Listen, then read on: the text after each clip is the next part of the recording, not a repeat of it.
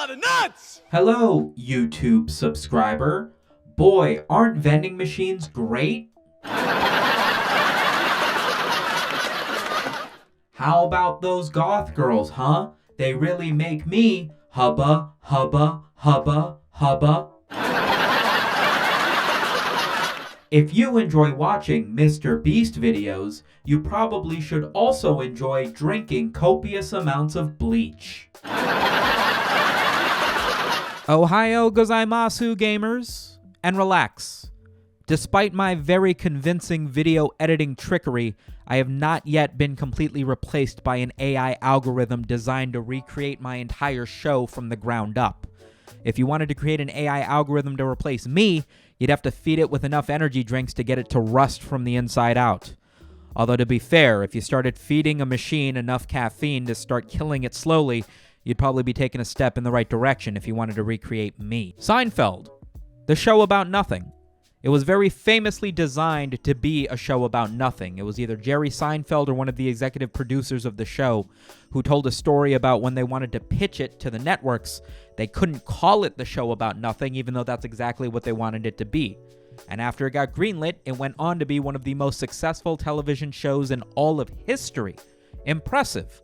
Although in my opinion, not funny. I remember when I was in middle school, we all had to show up to the gymnasium 1 week before school actually started so that they could order gymnastic t-shirts and gym shorts in everybody's proper size. And we also had to get lockers to lock all of our things in the lockers. My gym teacher, Mr. David X, was a 375-pound individual, and he was the biggest Seinfeld fan that I've ever met in my life, although at this point they're pretty quiet after the whole Kramer thing, so maybe there's more of them than I remember. There's a very famous episode of Seinfeld known as the Soup Nazi, in which there's this individual who has the best soup ever, but he's very meticulous about the way that you order. You show up, you order, you move out of the way, otherwise he screams, "No soup for you."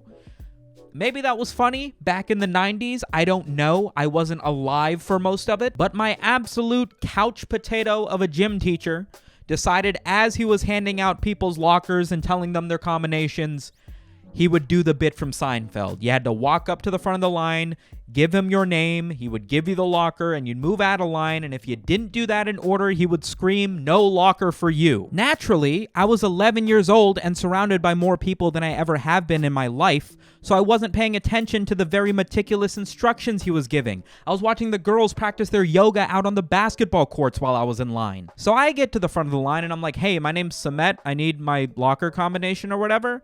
I guess I said it wrong because he screams at the top of his lungs, "No locker for you!" And then looks back at me and just starts cackling. I don't know what's going on, so I'm just staring at him with a blank look on my face like, I need a locker. They told me I need to pick up a combination locker. I can't do what is this? He looks at me and he goes, "Do you not watch Seinfeld, kid? You haven't seen the episode of the Soup Nazi? What are you kids watching?" And I told him The Simpsons. He goes, "Whatever, kid, you'll know it when you're older," and then gives me my stuff. I don't remember if it was anytime soon after that or when I was much older, but I eventually decided to look up this Soup Nazi thing because I didn't, it stuck in my head whatever that awkward interaction was. So I watched the bit. I watched the entire episode, in fact, and it makes sense, the joke he was making, but I could not for the love of me figure out why he found it so funny that he would want to reproduce that bit to an 11-year-olds watching Seinfeld? What? I didn't even know what Seinfeld was back then, by name at least. What I did know is that The Simpsons came on at 6, and I would watch it every night. And after those 2 episodes were over, at 7, some other show would come on that I didn't care for, which I later learned was Seinfeld. What I also knew is that Fox loved to air football games, and sports, very infamously, don't have a set runtime. So if a game went into overtime or if it just took longer than normal, I would only get 1 episode of The Simpsons, or God forbid, no episodes of The Simpsons. At 6 o'clock, every other week, there would be a football game, and I would find myself clicking between football that I don't care about and episodes of Full House over on ABC Family, which I also didn't care about, but I had to watch something. When football was over, Fox would cut to black, and I would hear one of 2 things after all my patience. I would either hear the theme to The Simpsons, and I would be overjoyed to be able to watch the cartoon that I had waited all this time for, or I would hear the stupid ba-dum bum bum bum bum bum bum ba-da-bum bum, which meant to 11-year-old Sumet, who apparently couldn't tell time anymore, that the football game ran too late and instead they're going to play 3 episodes of Seinfeld. And I have just had a bad taste in my mouth regarding anything about that show ever since. This channel is going to be nothing but a personal diary of all the embarrassing shit I did as a kid from now on. Remember to subscribe. Anyway, Nothing Forever is the title of a Twitch channel that is designed to showcase Seinfeld forever. Hence the name, Nothing Forever. It's not a continuous loop of all the episodes of Seinfeld, although that would be my personal hell. Instead, it's something, somehow, even worse. What Nothing Forever did is they took every episode of Seinfeld, I'm assuming, again, I don't do my research, fed it into an AI algorithm, and then had AI-generated episodes of Seinfeld. The thing that would be shown on screen would be pixelated graphics that I'm assuming was just graphically rendered using AI, and the script would be completely AI-generated using episodes of Seinfeld. And again, I didn't exactly become a fan of the show at any later point in my life, so I can't speak to how accurate it is. But the point isn't to recreate Seinfeld in a way that people can watch until their deathbed. The point was just to showcase the abilities of AI-generated text and script writing, and it's even got like audience laughter and a little bit of background music. They've got the clips inside Jerry's apartment and the bits where he's doing stand-up comedy. Like, I don't know exactly how much of it is structured by human hands or whether every single thing about it was AI-generated, but regardless, was pretty impressive. I say was because like 3 or 4 days after the conceptualization and the creation of this live stream, which had, 7, 8, 9,000 people watching at any given time as they randomly watch bits that almost kind of felt like a Seinfeld bit and everybody drowned in the nostalgia of watching the greatest show ever from the 90s. I'll stop bitching about it now.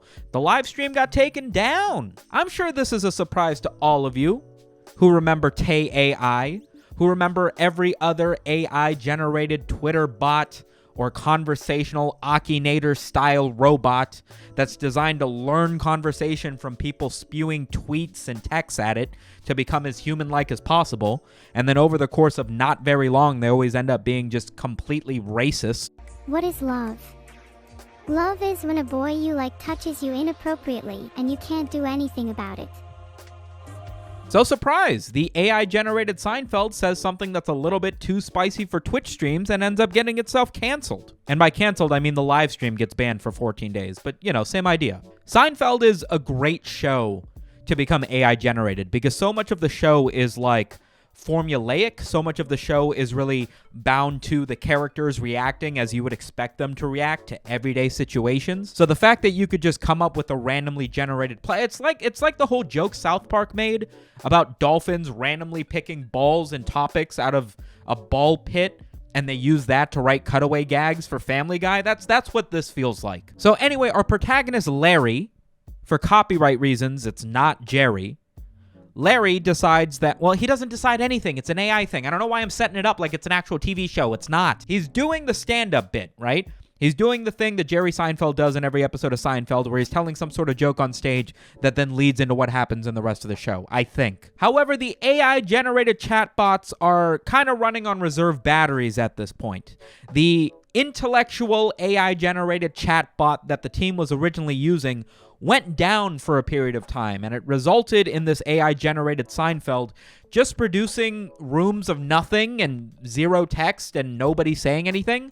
So they decided to use a different, working, although less sophisticated version of this same chatbot. However, this chatbot was not able to implement the same filters that the users previously were using in order to prevent this from becoming another Tay AI situation. Seemingly almost immediately, our protagonist Larry begins to go on a, anti-trans, anti-gay, I don't really know what you would call it, but he would say some stuff that would definitely be a little bit too risque for your average mid-20s Jewish New York-based stand-up comedian in today's era. So that's the gist of the story. You can see the text of what the AI chat said over my shoulder. It isn't exactly the worst thing in the world. It's not screaming the N-word, which everybody seems to be comparing. There was this very viral clip of the character who played Kramer. I don't know his real name. I'm not going to look up his real name.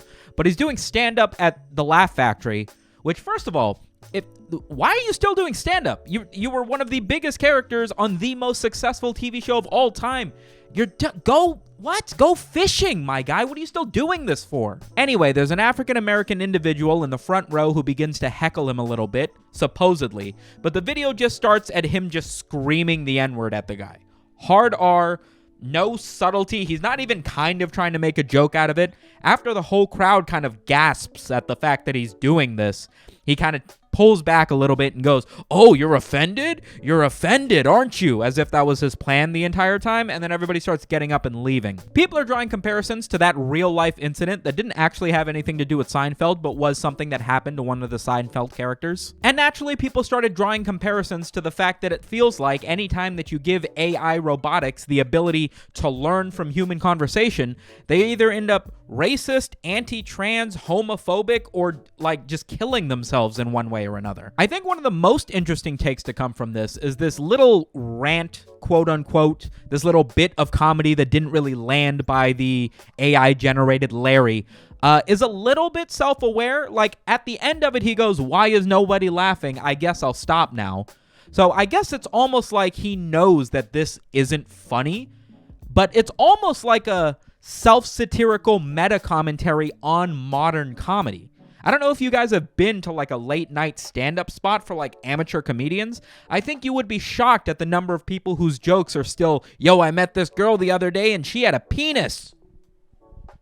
And that's the punchline. Like that's a real thing that happened. So the fact that this happened in an AI generated scenario is almost surreal. Anthony Jeselnik has this very famous joke where he goes, "I've been searching for my wife's killer for 15 years, but I still can't find anyone who will be willing to do it." And it's a pretty good one-liner, and that's exactly what it should be, a one-liner. When I was 17, I was doing stand-up comedy at an improv club late one Saturday night, and the dude before me tells that joke, except instead of making it a one-liner, he tells it over the course of his entire 5-minute set. While he's setting up this joke that we're not even sure has a punchline in the audience, he's taking off articles of clothing, slowly removing his shirt and his pants until he's in nothing but shoes and his underwear, pours his bottle of water all over his body, and then goes, "But I can't find anybody willing to do it." And nobody laughs because it's been 5 minutes and we don't even remember what the setup was. Afterwards, he wipes down the entire stage, picks up his clothes, and then leaves the room. And, like, that's what stand-up comedy is. It's weird, and a lot of the times it doesn't even make sense. You don't even know if they were trying to be funny or if they're high on methamphetamine. And I just want to say the AI-generated Larry thing isn't, like, it's weird, but it's not that far from reality. You know what I mean? Speaking of transphobic dialogue, the new Harry Potter game comes out this Friday. Hogwarts Legacy, an open-world RPG action-adventure game that takes place in the Harry Potter universe that the game publishers are very adamant has no connection to J.K. Rowling whatsoever, although she will be receiving some royalties due to having invented Harry Potter. An important distinction for the game company to make, because J.K. Rowling has been a huge enemy of the LGBTQ+ because of some very transphobic statements and opinions that she holds and has tweeted and have just kind of been rude and ignorant to the struggles of trans people. You know the deal. Because of this, there has been a large, vocal, very adamant group of people that want to boycott this game in order to limit the amount of money that J.K. Rowling gets from this IP. Personally, for the first time in my life, I feel like I actually understand a bit of the outrage. I mean, Harry Potter, I didn't read the books because I'm not a fucking nerd, but was this huge, like, generation-defining piece of media, you know what I mean? A lot of people saw themselves in the characters and their struggles and the protagonists and the world that was built in those books. Like, I get that it hits really close to home for a lot of people to learn that the person who made this massive piece of work that you hold so dearly is kind of a big piece of shit. I get that. But the hate that is being spewed to anybody who is so much as playing this game is definitely over the top, to say the very least. There are a few big gaming content creators who have gotten early releases of Hogwarts Legacy and have been streaming it over on Twitch. One of the biggest notable examples of these gamers who have picked up this game is Girlfriend Reviews, who received an early copy by the publishers. You may know Girlfriend Reviews from her YouTube channel, where she posts "Should Your Boyfriend Play This?", where she gives a review from the POV of somebody watching somebody else play the game and whether or not it's an enjoyable experience as a second party. Very interesting concept. I think she does good work. She made the decision to live stream her boyfriend playing the game and her kind of reacting to it, akin to the YouTube videos that she makes. They got so many hate raids, so many hate comments berating them for playing this game. They had to change Twitch to sub-only mode, where you could only comment if you were a $5 subscriber of the Twitch streamer.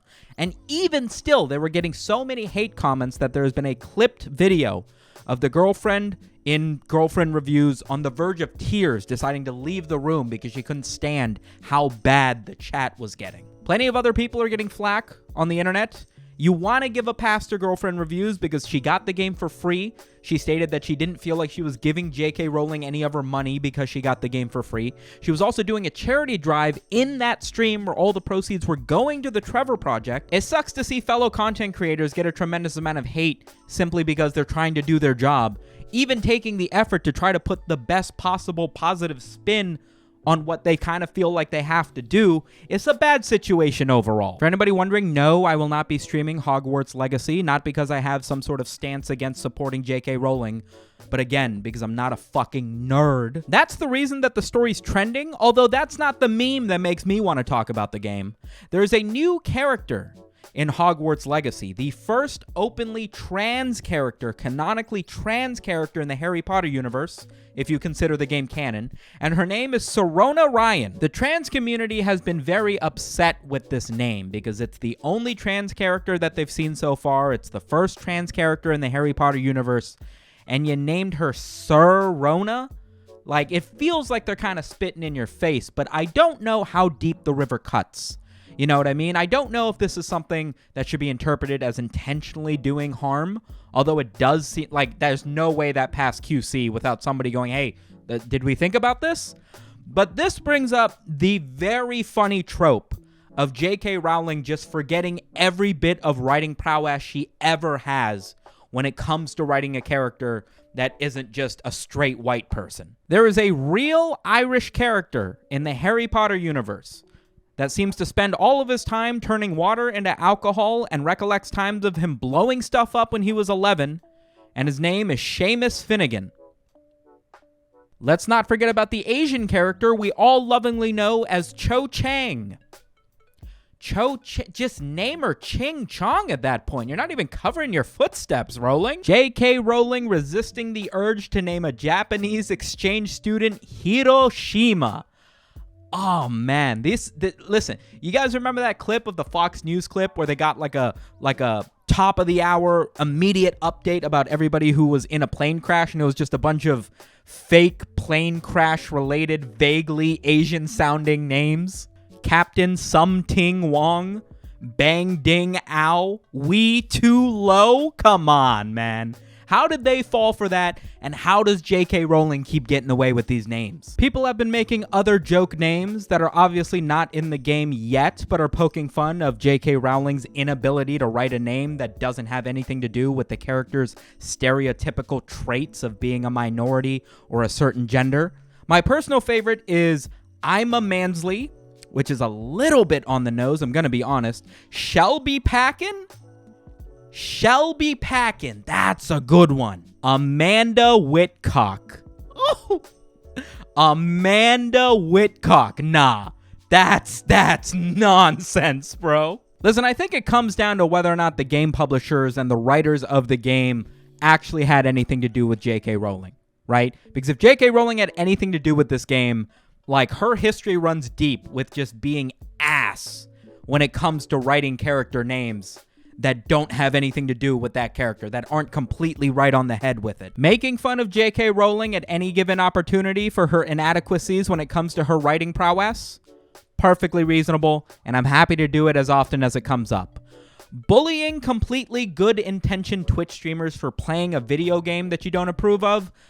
Come on, guys. I'd say we're better than this, but you're a collective consciousness of hive mind individuals on the internet, so I know you're not better than this, but give it a break. That's all the updates I got for this episode. If you enjoyed it, remember to subscribe, hit the like button if you made it this far. Big shout out to the Patreon boy scrolling in the back. Thank you so much for supporting this show, and I'll catch you guys on the next one. Spisu.